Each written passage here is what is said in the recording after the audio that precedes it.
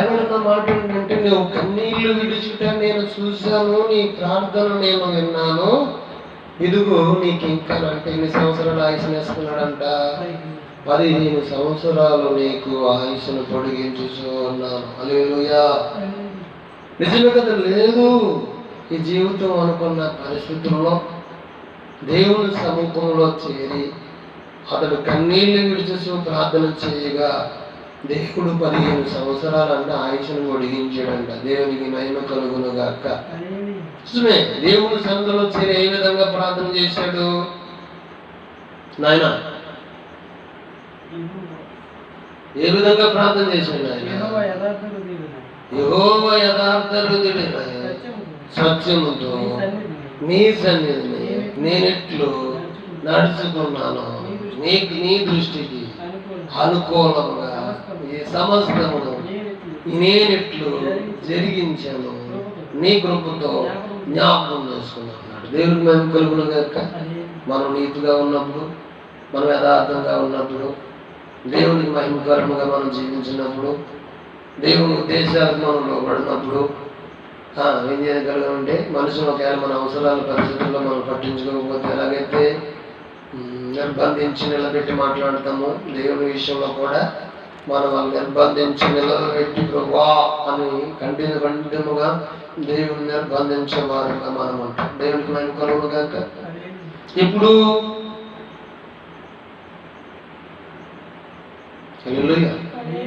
దేవుని ఉద్దేశాలకు మనం లోబడి నీతిగా యథార్థంగా భక్తిగా మనం ఉన్నప్పుడు, పరిస్థితులు మనకు అనుకూలించినప్పుడు, వారి బిడ్డల విషయంలో, కుటుంబ విషయంలో, మన విషయంలో పరిస్థితులు అనేవి అనుకూలంగా లేనప్పుడు అంటే మనం దేవుణ్ణి అలాగా అలాగా మనం ఏం చేయగలమంటే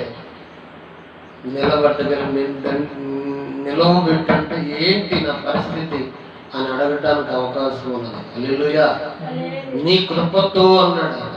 ఆమె నీ కృపతో. కృప ఏం చేస్తుందంటే మనల్ని బ్రతికేస్తుందంట. ఏం చేస్తుందమ్మా? ఆయన కృప ఏం చేస్తుందంటే మనల్ని ఏం చేస్తుంది?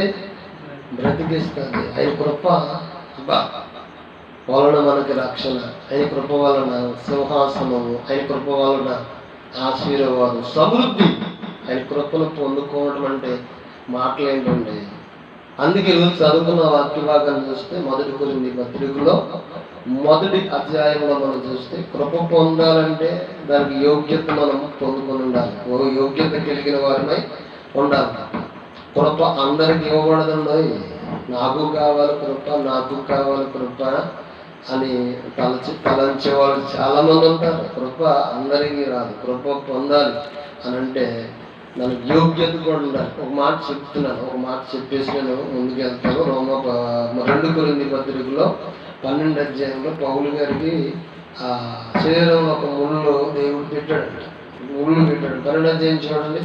అప్పుడు పౌలు గారు ప్రార్థన చేస్తున్నాడు. ఏమంటున్నాడంటే, మరి పౌలు గారు ప్రార్థన చేసినా, పౌలు గారి గాలి తగిలినా, పౌలు గారి వస్త్రాలు తగిలినా దెయ్యాలు వెళ్ళిపోవటం, రోగులు స్వస్థత పొందుకోవటం, చనిపోయిన వారు సైతం కూడా బ్రతికింపబడుతున్నారు. కానీ పౌలు గారికి స్వస్థత లేదు, ఆరోగ్యం లేదు, బలహీనంగా ఉన్నాడు, కృంగిపోతున్నాడు. అదే పరిస్థితుల్లో పౌలు గారు దేవునికి ప్రార్థన చేస్తూ ఉన్నాడు అన్నమాట. ప్రార్థన చేస్తూ ఉంటే ఆ సందర్భాన్ని మనము చూడొచ్చు. 12వ అధ్యాయంలో ఆ మాటలు చూస్తే అక్కడ ప్రభు అంటున్న మాట ఏమన్నాడమ్మా? ఏమని ప్రార్థన చేసినప్పుడు 2 కొరింథీ పత్రిక 12వ అధ్యాయము మొదటి నుంచి కొన్ని మాటలు